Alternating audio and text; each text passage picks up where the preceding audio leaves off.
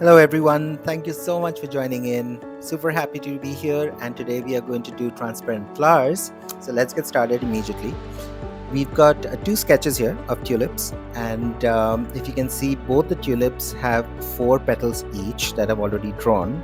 And we are going to add more petals to it later, once towards the end of the painting. We'll use Crimson Lake as the base color for this, and we will also be making sure that we switch between brushes as we go along. So I've got a fine liner and my regular brush. The trick to this is having very diluted color. So I'm going to add a lot of water as we go along, you'll see, for each single petal. And every petal would or should be done separately. So once it's dried out, then should you actually move on to making and painting the next petal, because it will end up bleeding into each other if it's still wet. This entire process is going to be wet on wet technique, especially because we'll be adding more and more color to the edges of the petals when they are still wet. So as we go along, just follow through, you'll see what I'm talking about. Just ensuring that this particular petal is fairly wet, not sopping wet of course, but making sure that it's wet enough so that when we use the detailing brush, it starts bleeding within. I'm just lifting up a little bit of water that's accumulated here, and now I'm switching my brush. I'm using the fine liner to start adding the details. Start at the bottom, and then I'll go around the edges of the petal itself to give that outline and add that color. So you can see it's already started bleeding into the petal itself, giving it a little bit of an indication that there are veins there, and that's the effect we are looking for. Of course, you can keep adding more effects to it. You can also start lifting color to give that lighter effect coming through, but I'm not doing that right now. Just adding a little bit more here. Yeah, that looks good. And I also want to be mindful that we are not using petals which are overlapping. So I'm going to use a petal for painting which is not touching this particular petal right now. So I'm using this one, and again the same process. I'm just going to add a little bit of diluted Crimson Lake to this and go around it, fill it up completely, make sure it's fairly wet, and then we'll move on to the fine liner brush itself. This looks about right, I think. So we can actually jump to the fine liner immediately. So you see that we are working fairly quickly here, right? The only thing I would possibly need to think about is the drying time for each of the petals as we move along. But for that, and for the sake of this video, I've also got a hair dryer right next to me. So the minute I want to dry it out quickly, I will do that.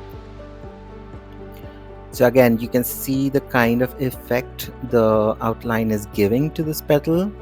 You can see a little bit of the paint merging inside towards it. And for now, we'll leave these two because the other 2 petals are going to be overlapping. So we'll move to the next tulip, and I'll start with the one on the left actually. So this one is again the same process, very light diluted color that we are using to fill up the entire petal. And one thing I want to tell you, this is a new paper that I'm using, new brand of paper that I'm using. It's not the usual ones that I paint on for selling, but I am not sure if I like it as much. They said it's a 300 GSM paper, but I think it's a 250. It's a little lighter. The texture is not something I'm enjoying as much, but I think for the experiments or the paintings that I do online, I think they might just work well. They may not be the paper I'll go to when I'm doing customized work or when I'm creating pieces for selling. So I'll stick to this for these videos right now. I think they blend. The paper is okay. It's letting the water flow. There's no stoppage. It's just it's a little smooth. The texture is a little less for me, and even though it's cold pressed, it's not the same that I'm used to working on. But yeah, we can start doing this, start using this paper going forward. So this petal is done, and very similar effect to the other petals that we had earlier. Now the thing is, we've got three petals which are overlapping with this one, so I need to dry this out before I start using the other petals for painting.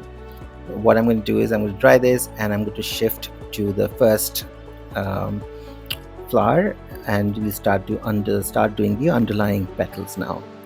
Same thing, no trick involved. It's a very simple process and gives stunning results here.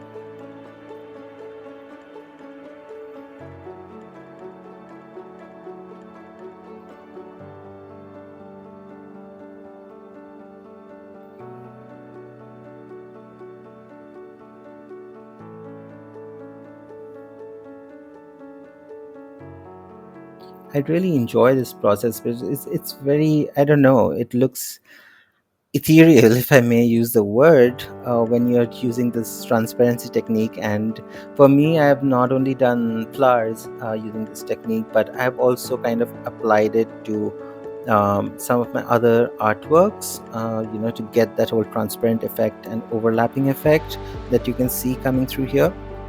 It looks great. It's just how you want to use it. It's not limited to flowers and leaves and stems. You can use it for practically everything that you want.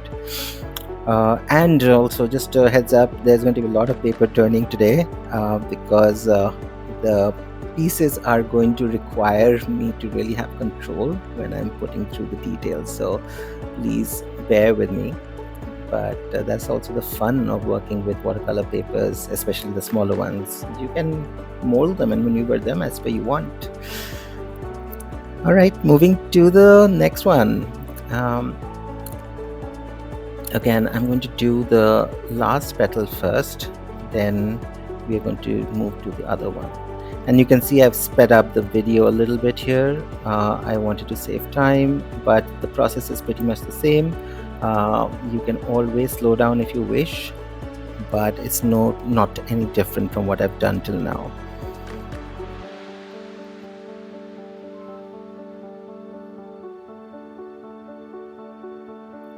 So this is kind of dry. I'm going to start making another petal. So I'm adding 6 petals to the tulip, and this is my 5th one on the first tulip that we've done. And I'm just going to use the same process here. Quickly give an outline with a more concentrated crimson lake and spread it out a little bit here.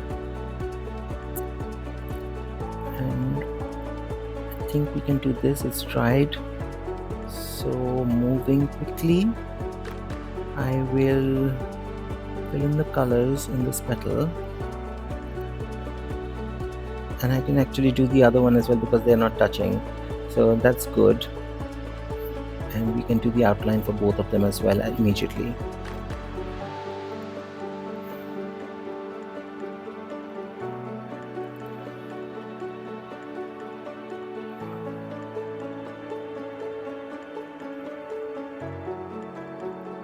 And I learned this technique somewhere on the internet. I always wanted to do, very, very easy, beautiful, transparent flowers, but I wasn't very sure how to achieve this effect. So I learned it seeing someone do it, and I absolutely enjoyed this process. So I have been doing it for a while now. And here we are doing the 6th and the final petal for this particular tulip.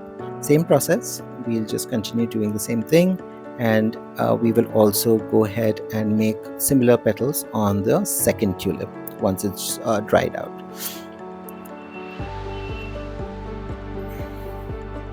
And you can see I'm not doing any sketch here with a pencil. I'm just going directly with my brush into the paper, and I'm making the final leaves, or the final petals, sorry.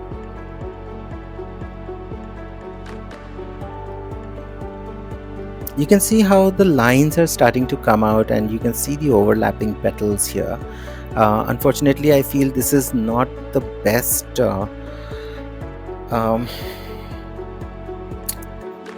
petal work that I have done, because they're a little tight, but you can really open up the petals of a flower as you want. You can really spread them out, give a top view, give a side view, however, and you will still be able to get this kind of an effect if you do. Um, Here I will start doing the stems, and again I'm keeping it sped up the video. And this color that I'm using is a mix of it's actually not a mix, it's a sap green that I'm doing here, and it's a lighter diluted version of a sap green. And in this I think I'm going to start adding a little bit of crimson lake, or maybe any other red, to get a brown effect later on. But as we go along, we can also start doing the leaves on this, and for that I'm going to use very diluted sap green and a little bit of red to get that brownish color. But the technique is the same. We are going to be making it really wet, and then we will start adding the edges with a more concentrated version of the same color. So there we are. You can see it's already bleeding atop of the leaf, and let's do one here. And you've seen the leaves of a tulip. They're fairly tall and fairly straight, so you can make it as you want, of course. I just want it to be as lifelike as possible, but it's not also lifelike. Like I said, it's more ethereal, having the transparency effect out here. So let's do that. I think we can add a couple of more leaves, one maybe overlapping here, second one on the left side. So let's start with this, filling up the color, and it looks good. We can now start adding the more concentrated. Yes, that looks fine. So you have the transparency effect and overlapping effect here as well. And I'll just add another one here, and we should be okay with this. Once we're through with drawing the leaves, I believe we should be adding some details to the flowers themselves, like the stamen in the middle. And it's very simple for a tulip from what I've seen. You can just I'm using a very concentrated mix of the red and the sap green, giving a dark brown color. And there is the center of it, and here we'll do the same thing. Very dark brown is what we've got, and maybe a couple of strokes I think alongside would really help. And please remember, no flower, no plant, nothing is going to be perfect. They will have a shape that you can refer to, but none of them are going to be perfect or the same. So don't judge your work by the fact that, oh, it's not looking 100% like a tulip or anything. It's beautiful, whatever you've done. So please remember that. I'm just going to add a little bit more of the same concentrated color here, so that it looks connected and not disjoint. Suddenly a green coming into the pink. I'm just going to bring it down a little bit more.